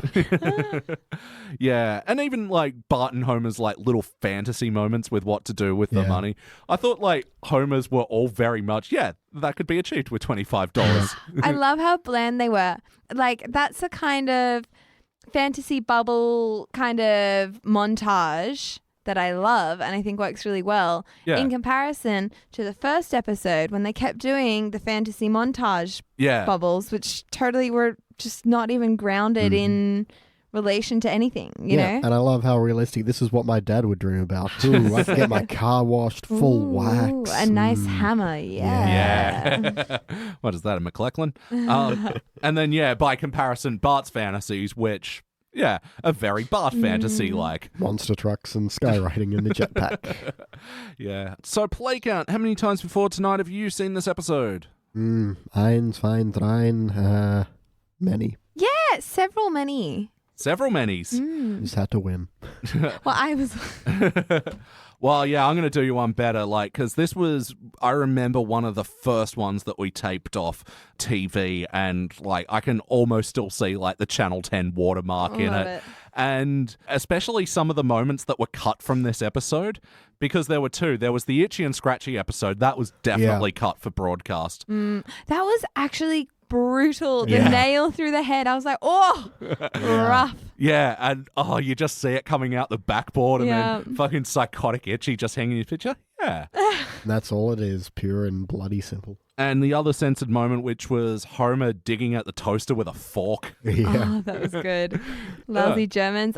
Who are they to tell me I'm not safe? Yep. Yeah. Look at the power cord. And of course, there's, adapters on adapters on adapters. Yep. Nothing wrong there. Do you remember when Channel 10 did bring in the watermark for the first time? It's we have 3.5 channels in this country. We know which one we're watching. You don't need to watermark it. Yeah. 3.5. SBS was only half. Yeah. So how about the wackiness of this episode? What are some wacky things that stood out to you guys? The land of chocolate. Yes. Fuck. I don't even have to go into it. It's just, it's so iconic. Everyone has the theme music in their head right now. Oh, that's so lovely. And, okay, something that's always I know this is the joke, but Homer's, walking around freely eating chocolate everywhere and then freaks out because there's a store of chocolate having half price sale. It's the best icing on the chocolate cake. Hey. But like, you know what I love about that is when it goes back to reality Yeah. and he's like, what we were talking about chocolate, and he actually gets so mad, he's like, that was 10 minutes ago. Yeah. So good. Well, not only that, he's just quietly just oh, sorry. Yeah, I always wonder if he like has been keeping up some sort of conversation this whole time, because 10 minutes is a long time just to look at someone and but yeah, he's sort of been on autopilot. Yeah. And there was a cut joke from this as well. Oh, really? So at one point there's a sign that says Fudge Town. In the animatic it was Hershey Highway, which yeah, I never knew this before today. What? That it's a Euphemism? euphemism for the butt. Oh, okay. All right. Yeah. And apparently the censors knew that and they cut it out and it was just Fudge Town. Damn, I thought you were going to say it was just, they didn't want to worry about the copyright No. of Hershey's. All right. Yeah. Anyway, so that was fun. But yeah, Land of Chocolate. Oh my God, that poor dog. I worry about sentience in the Land of Chocolate. I thought you were going to say the poor cat, because afterwards it flashes to the carrot cat food, which is 88% ash. Oh, So good. 12% carrots, 88% ash. carrot cat food. Oh, that poor cat. And then it's eating like Bart's breakfast or something, and then Marge takes it off the table. Like, there's just a lot of these like classic Simpsons little background touches. Like when Marge walks in with her hair split down and goes, But I love how genuine Marge is when she's like, Lisa did a wonderful job with my hair. Yeah, Lisa, you don't want her to lie in these instances. See, I think that's such beautiful Marge behavior where she is so like... It has the subtext of Lisa tried her hardest, and I really love it. Yeah. Oh, Lisa's going great here. She broke her jump rope, tied it back together. Made soap out of little soups. I know. Why are they keeping those little slivers though? Economical, that's why. Yeah. So, Elliot, fat cat over there, throwing away his slivers of soaps. Oh, I've washed myself with this soap once. Oh. Bring Yeah. another. I just take my baths in soaps. Poured over with fresh mountain water. Perrier. Dom Perrier. Any other wacky moments? I really like Burns' beekeeping. In fact, all the activities he's doing when he's retired. You know what the best part about that montage of his retiredness is when he's like, what are you going to do? And he's like, maybe do boxing, maybe do beekeeping. Yeah. And he does all those things. Yep, that's I right. really appreciate that. You're going consistency. down, my friend. Yes, sir, Mr. Birds. Yeah. And even the stuff in passing is like, well, my folk guitar lesson got cancelled tonight. Would you like to go grab a drink? Why is he like... I know. It's beautiful. He's just trying everything. Even blue-collared bars. Smithers, let's go slumming. I will say I really love the whole atmosphere of Moe's Tavern in this episode. When Bart comes in, it feels almost like a much more warm, friendly place than the hideous dive it's become. I love the song Bart sings them. The teddy bear picnic. It's so funny. It's so wholesome, that scene It's as well. so public domain. Yeah, but like, I like how Moe's just got this little side to him because, yeah, of course he met Bart when he was a baby and probably hadn't seen him in years. And that misdirective, wait a minute, I know that voice. Why, if it's not little Bart Simpson, and I love that Bart rubs it in that little bit extra of, well, I make some prank phone calls. He's totally pushing it, and Moe like still doesn't get it. I love that. Yeah, behind the scenes as well, this was the episode where the Simpsons writers decided to effectively put a stop to the Bart prank phone calls. Oh, really? Because in their defense, they couldn't make up any prank phone calls that weren't hideously dirty. Fair. They had a good run. Yeah. BO problem was a good way to walk away. Yeah. Any other wackiness? I mean, I suppose everything wrong with the plant is a bit wacky. All this, Octoliber, raccoons. all this dripping, glowing green slime everywhere. Oh, man, I love how the guy falls through the floor and he's just still casually eating his the donut. donut. He's like, ooh, I'm down here now, I guess. I like Homer when he does try to keep his job. Before that, the Germans walk in and he's like, hey, you, stop being so unsafe. Schmitty, safe enough. Yeah. Oh, and then, he's back and forth with Horst. He's like, can we have a brief friendly chat? No. Again, I have failed you. We request a free exchange of ideas. No. It's so good. My English is how you say inelegant. I really like as well when they're having that chat and he's like, do you have any ideas for the future? And he's like, well, maybe we could get the candy bar Yeah. machine fixed. Or just before that, where it's like, you've been safety inspector for 4 years. What initiatives have you spearheaded? All of them. Okay. You can tell he can't quite get what they're asking him Yeah. as Yeah. well, and he's just faking it. Oh, it is so We've all good. been there. We've all been there. Yeah. I have my performance assessment tomorrow. Yeah. I'll be doing that. Fake it through the interview. Fake it till you make it. Exactly. Just don't get distracted thinking about the land of chocolate, man. So good. Land And of even chocolate. Oh, shit. 10 minutes later. BT, get back here. Oh, sorry. So how about the heart of this episode? Did you guys feel the bumps? I felt really bad for Homer. Yeah. Like, not just losing his job, but his stockbroker calls him. He doesn't even know he has stock, which they exchange in the return for waiving certain constitutional rights. So Yeah. he just sees this $25 windfall out of nowhere and has no idea what's going on. Yeah, it's sad. And then Marge is all like, we could have a savings account. We've never had one before. You're like, oh, dude. Yeah. that was Yeah. heavy. I really like that exchange with the stockbroker. Just Yeah. in general, he's like, the book says we got to make some small talk before we get into it. Yeah, everyone alive? Yeah. Like any sports. Yeah. All right, we're friends now. We trust each other. Yeah. So this was the one guest star of this episode. Did you guys pick up who played this guy? Lou Reed. No. That is just the most unlikely Simpsons guest actor. All Especially right. now. Meryl Streep. I'm watching you. If it helps you, he played, the stockbroker, and he played Horst, the one that looks like Sergeant Schultz. Oh, right. I loved I loved that. Yeah. Perhaps I remind you like- of the lovable Sergeant Schultz. Yeah. Yeah. It was Phil Hartman. What? Yeah, our old boy, usually playing Troy McClure and Lionel Hutz. You remember him from such episodes. Anyway, yeah, he was playing Horst and the stockbroker in this episode. Well, he did a fabulous job. I didn't pick either of those. But yeah, the heart of Homer and the whole stock thing. Yeah, how heartbreaking.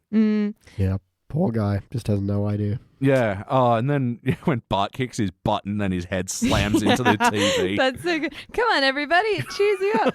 I love as well this right before that, Patty and Selma are like, Homer's probably spent it on some magic beans. Yeah. Well, I mean, they were kind of right, but he was so proud of himself as well. He Yeah. was enjoying a nice, lovely, expensive beer. and Yeah, it was all just like, yeah, made a cool $25 playing the stock market. I might do this for a living now. I know. I'll be some financial stock guy. Yeah, it is some sort of rambling stock market guy. Yeah. I might become a full-time stock market guy. He doesn't know what any job title is. He's like, if I'm not a safety whatchamacallit, then I don't know what I am. I love Marge in this episode as well. She's Yeah. So endearing. And it would have been kind of a drag if she had stayed mad at him. Because, Oh, yeah. But I'm glad that it's not she's forgiven him for something stupid. Again, he just had no clue. So Yeah, it's not I his it's not his fault. And I like that that's not a point because it would be really depressing. Yeah. No, and I mean, as a former stock trader myself, I can tell you that shit just happens on a dime, pardon the pun. Like, yeah, it can change at any goddamn moment, and especially when a stock is accelerating, like, by 52% in one day. Yeah. Yeah. A lot of people would be, selling out at like 10 or 12%, like, and they should, like, Yeah, it makes sense at the time. And then later on, yeah. then you look like an idiot in retrospect. Yeah. And that's all the stock talk I'm going to give before I look like an idiot in retrospect. This has been Elliot's Stock Market Corner. Join us next week when we'll say stocks. What the hell? Elliot's going to start his own stock financial podcast after this. It's a spin-off. Yeah. Oh, yeah, absolutely. And my main advice is go into the future, find out what stocks perform well, come back to the past, Yeah. buy those stocks. But is that cost justified? Is that cost justified? Yes. right. So, Marge being supporting and just sort of going, we've had money troubles before. We'll get through this one as well. And, making the financial sacrifices is great. Yeah, that beautiful optimism of, we'll pay the bills somehow. Yeah. Again, because I think any negativity from her part or even the family in general would have just been too heavy. Yeah. And I mean, she's showing concern as well, like, because she knows that Homer's just at the bar drinking and, then sends Bart to go get him. I know, you got to think about that. That is an odd scenario to send your 10-year-old son to go pick up your drunken husband. In this run of The Simpsons, it's 91 and it's like a kind of a smaller town than what it becomes. So that wouldn't be unheard of in like, if you could just walk down the street and do it. Yeah. Oh, it has been implied that Mose is within walking distance. Yeah.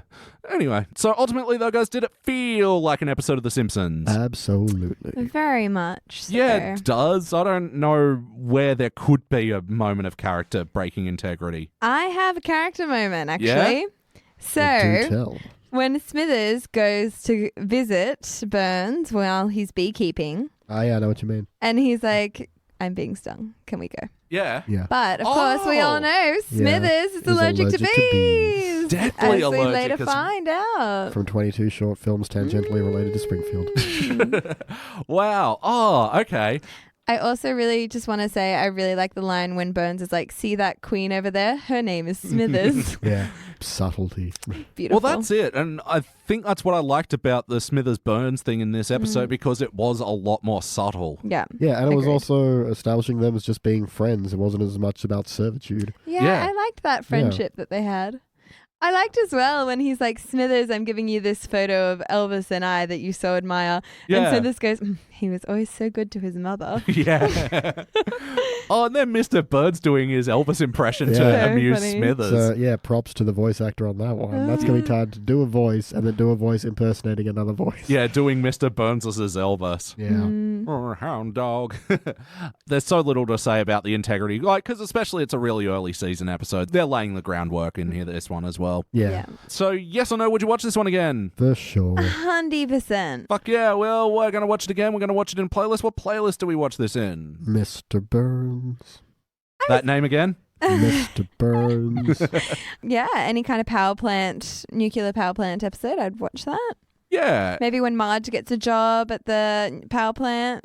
Yeah. Maybe the chocolate factory candy. I feel like candy ones. Like, you know that one where... Bart visits... no, Bart doesn't visit the chocolate factory. Yeah. He was... Bart the murderer, I believe. Yeah, he forgot to bring his permission slip. Yeah. Everyone else got to go to the chocolate factory. He had to stay back and lick envelopes. Yeah, Simpsons financial troubles as well. Yeah. I remember a one where Maggie's like wearing her baby suit and like just stretches out Yeah. of it. The one where Santa's little helper needs his stomach untwisted. That's it. That's right. So, BT, what would you change? Oh, man. I would make the land of chocolate real, and then I would bring me there, and I would live there. As long as it's adjacent to the world of insulin. Yeah, no, I'll die. But I'll die happy. How about you, Maddie? Any changes you'd like to make? You know what? I think it's so perfect, so round, so whole. Yeah. Yeah. Even that, just the ending where Mr. Burns is like, rehire that chap who sassed me in the bar. And he's like, I keep my friends close and my enemies closer. Goes on the ranch with the... Sword of Damocles. What is that? Sorry. Did look this up once, so I can't remember where it comes from, so we'll say ancient Mesopotamia. Basically, some guy is hanging out with his friend who's the king and is like, must be good being a king, you got all these servants. And he's like, oh yeah, you want to try it? He's like, yeah, cool. So he like comes back the next day, sits in his throne, gets fed by people and has wine brought to him, and then he looks up and there's a sword hanging by like a thread above his head, and he's like, what the hell is that doing there? He's, oh, that's a metaphor, you see. I live every day in power, but at any moment someone could come in and try and kill me. And so that's the risk that and that was one of their names was Damocles, I don't remember which one. Oh. I think it was the friend who was just like, yeah, so you get what it's like. Any moment this could all be gone. Because when you have power, people will want to take it. Still, bad place to keep your sword. Ah, yes. But for metaphors, it's fantastic. Yeah, look, I mean, to things that I could change about this episode, like, Well, what would I be improving? I will say it's one of those, I didn't laugh too much in this one. I think it's just because I've seen it so many times. Sure. But I can't fault the episode for that. But then again, some of the ones we've watched that are old, I still get just a bundle of laughs out of. So maybe some more jokes, but it feels less like a joke-heavy one and more just a really good plot-heavy one. I really like the ending where Homer makes fun of Burns in the bar. That's why he feels like he needs power in this community. That's why he takes his plant back. That's why he hires Homer back. It's all very fluid and it makes sense. And it's so good as well, like with the Germans being like, oh, this plant's going to cost another $100 million just to get it up to code, which is it's so true. It's so valid. It's so, you know. And it's what they'd established ever since they took over. Yeah. So it all fits together beautifully. Yep. Yeah, I agree with you on the whole laugh factor of it, and yeah, it's probably familiarity, but And yeah, as far as changing things, like a lot of times we hit some problematic elements with old Simpsons episodes, and I didn't think there was a lot of that in this one. Depends how you feel about Germans, I suppose.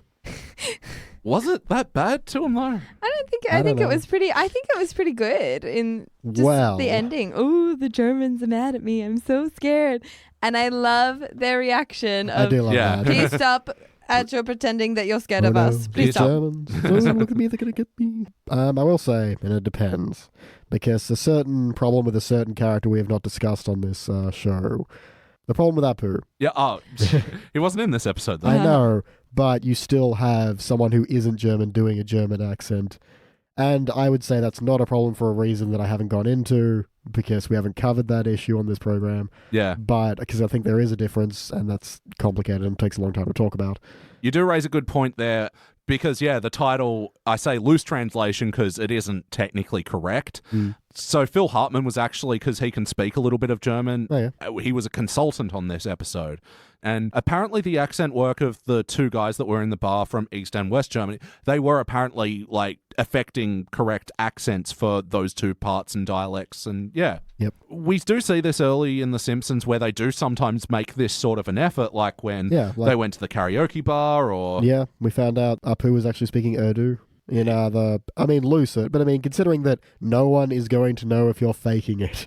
It was also in the same... It's the Die Hard paradox. Yeah, but it was also in the same episode where later, it turns out he was just singing nonsense with Sanjay. Yeah. With. But I mean, it's still the point of no one is going to know if you don't do it, so the fact that you did is impressive. Yeah. Yeah, even if it's not consistent throughout the episode. Yeah, and, maybe Lenny's line of, they made some mistakes in the past, but... I mean, quite frankly, that's the feeling towards it in general. Hey, that's why pencils have erasers. Yeah. Oh, jeez. BT, any other notes? I don't think so. Let me have a quick look. But I think. All right, we'll start with you then, Maddie. Any other notes? Does your money cheer you up when you're feeling blue? Yes. Yes. Amazing. I love that it's got the do-do-do, and then it goes, oh, yes. Well, let me ask you this. And then the music starts back up. Yeah. Yeah. It's such a good mislead. Like I said, I just love Burns in this episode. He does so good.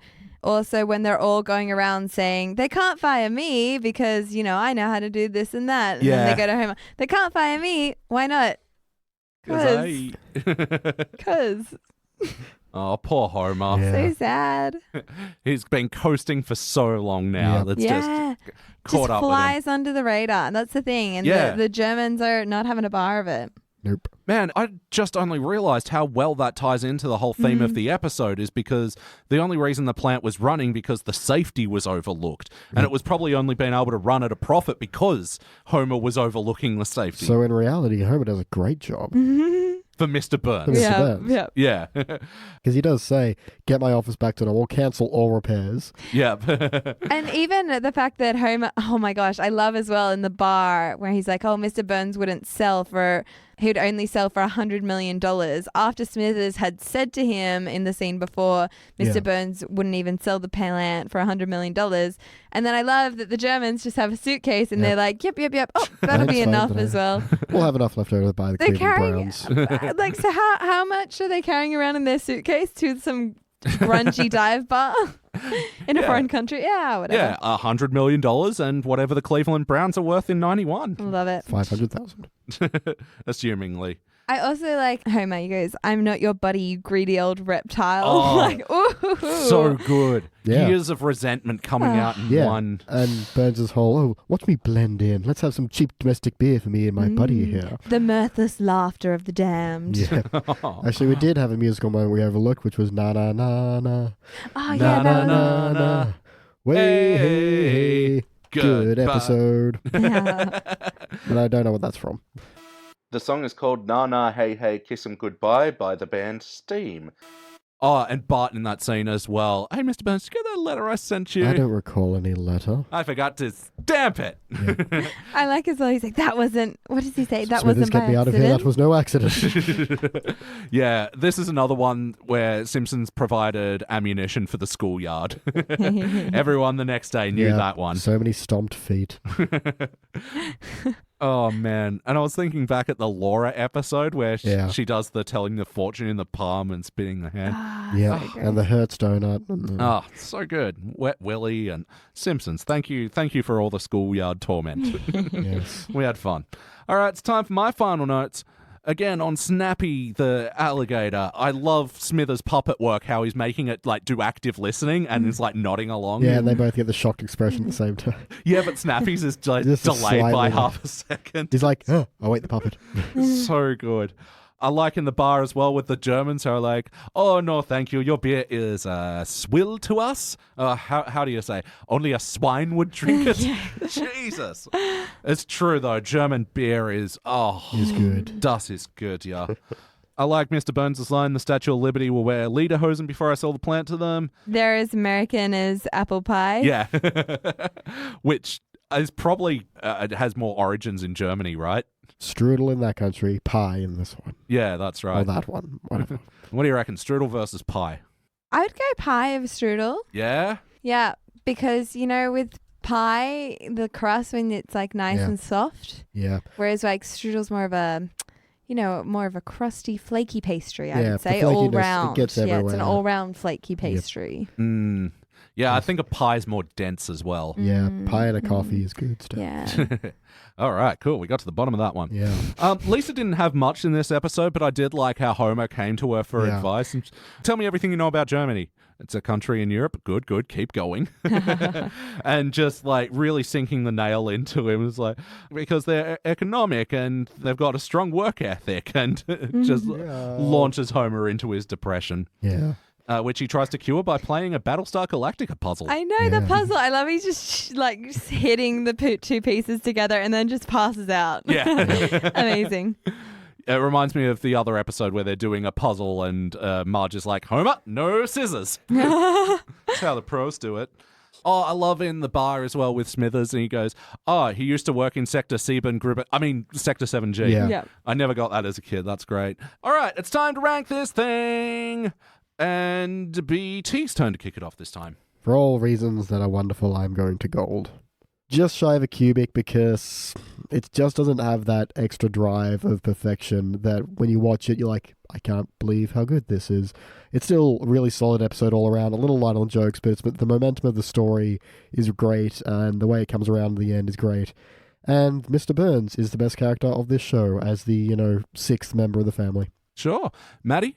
I completely agree. I'm going to go for gold for this one as well. I love it. It's such a great episode, but it just doesn't go into cubic territory for me. I think, probably because it is a little bit lighter on the jokes than other previous cubic episodes. You know what I think it is? Maybe the lack of beautiful, wholesome heart that really comes through, and I think we really know and love of The Simpsons. You don't want to hug it. Yeah. You want to smile at it. Nah, it's a beautiful episode. So nice, so round. It's round and not cubic. Therefore, I'm going for gold. Oh. Get it? All right. Oh, I was surprised. Yeah, I'm going to give this one a cubic. I do agree, it is light on the jokes, but... Oh, man, I wish I could watch it with fresh eyes, Yeah, for the first time and feel the drama a bit more. Yeah, I don't know. This one is, man, it's like apple strudel. It's just like a really nice dessert for me. I think this is a perfect thing to finish our 3-course Yeah, it's meal strudel, on. but not pie. We've had this discussion. True. Well, one man's strudel is another's Check pie, I and guess. mate. Yeah, and I can't exactly quantify why it's pushing it over the edge for me, because you guys make some good points, but I think the story's just really solid in this one, and I think it's a unique dynamic that we didn't get that often in the series run. All right, so averaging out, this will equal a shiny gold. This will be joining another season 3 episode. Oh, Dog of Death. We mentioned that before. It'll be sitting side by side with that. Also, Homer and Apu, another one we mentioned before. Team Homer with the Pin Pals, The Secret War of Lisa Simpson when the kids go to the Navy, and Wild Barts Can't Be Broken, which we mentioned a lot earlier in the podcast with the Bloodening. Hey. Yeah, good list. And the Tobacco episode. I like that one too. All right, great episode of the podcast, guys, but I think it's time we get out of here. But before we get out of here, we like to talk about things that we're into outside of The Simpsons. So, BT, what have you been into? Lately I've been listening to the Something Scary podcast. It's basically just a collection of little spooky kind of campfire stories, some of which they pretend are real. or like people have written in saying they're real, some of which are just outright fiction, but that's great. Yeah, as a big horror fan, I really like it. It does have the problem of their ads are way louder than the episode. Ugh. It's annoying. I hope they stop, because I'm obviously starting for the first episode. But they also do animated versions of some of the stories, which are up on YouTube if you want to search for something scary. Cool. Like, I've mentioned this a billion times on the podcast, one of my favorite podcasts, BigSoftTitty.png, where they had that same issue. Yeah. And it's just, they'd be talking amongst themselves, and then all of a sudden, Subway's Greek Lamb! Yeah. How about you, Maddie? What have you been into lately? I'm actually doing Black Hands. What's that? It's a crime podcast about a murder in New Zealand, a small town in New Zealand. And it's quite old, actually. I feel like everyone's heard of it, but apparently everyone has not heard of it. Everyone but the two people in this room. I thought everyone else is like, oh, you got to watch Black Hands. You got to listen to Black Hands, blah, blah, blah. It's so good. Watch with your looking ears. Yeah. And so I'm doing that. It's so far, I am gripped. Oh, nice. Is it adorably New Zealand? Is it like a New Zealand produced podcast as well? It is. Excellent. A New Zealand produced podcast about a very gruesome... Okay, but is it still adorably New Zealand? And I'll see if I can do the accent with the call. I was like, Kelly returned home and didn't know. That's fucking what the fuck. Wow, that was honestly the worst New Zealand accent I've ever heard. I'm already broken. You know what? Don't hurt yourself, BT. Yeah, well, I will for this. It's like returned home with no idea that there was a murderer in a house. It's like Canadian. A house. Look, I'm not good at accents to begin with. To be sure. Yeah, and I've got a very limited vocal range right now. And you can thank me later for the great deleted scene content. So, Black Hands as well. Is that like a short podcast series like Dirty John or something? Yeah, pretty much. Cool. It's like up there with those. Yeah. Cool. Sounds good. Yeah, totally interested in that. And and Dirty John's been made into like a TV series as well. I know, we spoke about this last time. So excited. Yeah. Did you guys get into Teacher's Pet yet? Not yet. No, but I did finally do My Dad Wrote a Porno. Oh, yeah. What do you think? I liked it. I felt like it was a bit mean at times, to be honest. Like, I'm the dude's like just created something. Aw. But it's so funny. It is very funny. And he loves it. I reckon. He does? Yeah, Rocky gets so into it. He loves it. Oh, that's nice, at least. Yeah. But yeah, I did finish the first season of that, and yeah, I enjoyed it. It swings wildly from hit to just pissing yourself laughing. Yeah. I think their dynamic like really sells it, and like especially because they're pretty sloppy and drunk in the first few episodes. I think it's like, do all podcasts start out like that? Yeah. Ours did. We were so drunk. Just a bunch of people having fun, making fun of their dad's porn.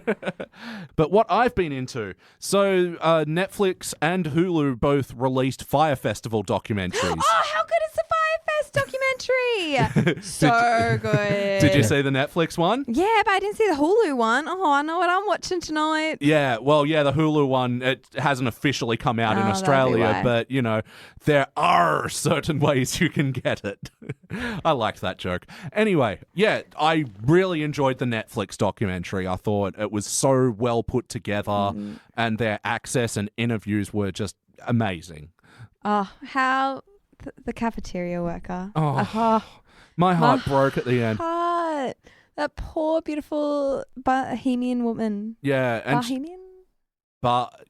Bahamian? It took place in the Bahamas. What do you reckon, Deej? Bonahamian. Sure. Bahamian. Yeah. Caribbean, that poor Caribbean woman. There we go. But yeah, she was trying to do like her best, and just the powers that be just fucking screwed her over. God, and she's just like, you know what? I can't talk about it because they hurt me too much. Yeah.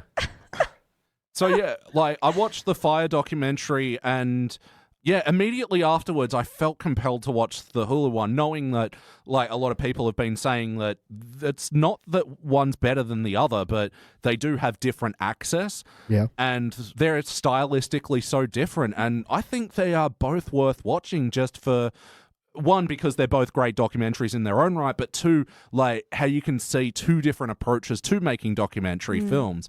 Like I reckon the Netflix one is more slickly produced together, and they've got a lot more people that they had access to, but the Hulu one I think gets into a lot more of the like what actually happened. Nitty gritty. Yeah, like the Netflix one was more of a retrospective, whereas the Hulu one sort of felt like it was happening as it was. And they also had an interview with fucking the bad Mark? No, it's not Mark. Billy. Billy. Yeah, the Where bad did I get guy. Mark from? Billy the bad guy. Yeah. So yeah, I recommend both fire documentaries. I can't remember what either of them are called, but yeah.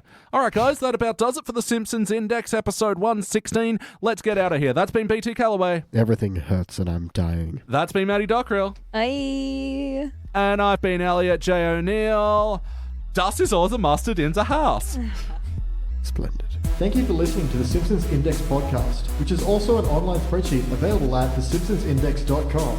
You can chat to us online at facebook.com/thesimpsonsindex or at Simpsons Index on Twitter and Instagram. And now please stay tuned for the bonus scenes! Fucking Ocean Alley. I fucking hate all their stupid faces. I mean, it's not like I've agreed with the Triple J Hottest 100 since the 90s, but... Fair enough. It was the first proof that democracy had failed when the Rubens won with hoops. And then after that, Brexit and Trump. So that was our warning that democracy was faltering. All downhill from there. Yeah. I liked how he didn't realize that everyone was mad at him. Because their lungs will thank him for squirting out that cigarette. Yes. Yeah, I guess when I was watching this back in the day, back when I was a smoker, that scene pissed me off because, if someone did that to me, I mean... You'd give them such a looking at. yeah, that's right. I'm a pacifist. You're I'm not very gonna do passive. it. But, I mean, I guess over here it's a different story because they're so much more expensive. Yep. Well, in jail, they Yeah, fun fact, they're actually cheaper to get in prison than they are in Australia. Is Australia prison? Yeah. Ooh. Of course not. Yeah, we were a convict island. That's why they're so expensive to get smokes here. It all makes sense. Oh my God, we're in prison. Yeah. It's fucking unpleasantly hot. Yeah. Cigarettes are really expensive. Makes sense. And snitches get stitches. It all fits. Yeah, I mean, that's how it went with me. I mean, do you want to know how I got these scars? I'm funny. So ultimately, though, would do what? Sorry? Oh, no, I said, I breathed. yeah. Oh, sorry, I thought you were going to say. I sniffled. Oh, sounds of air.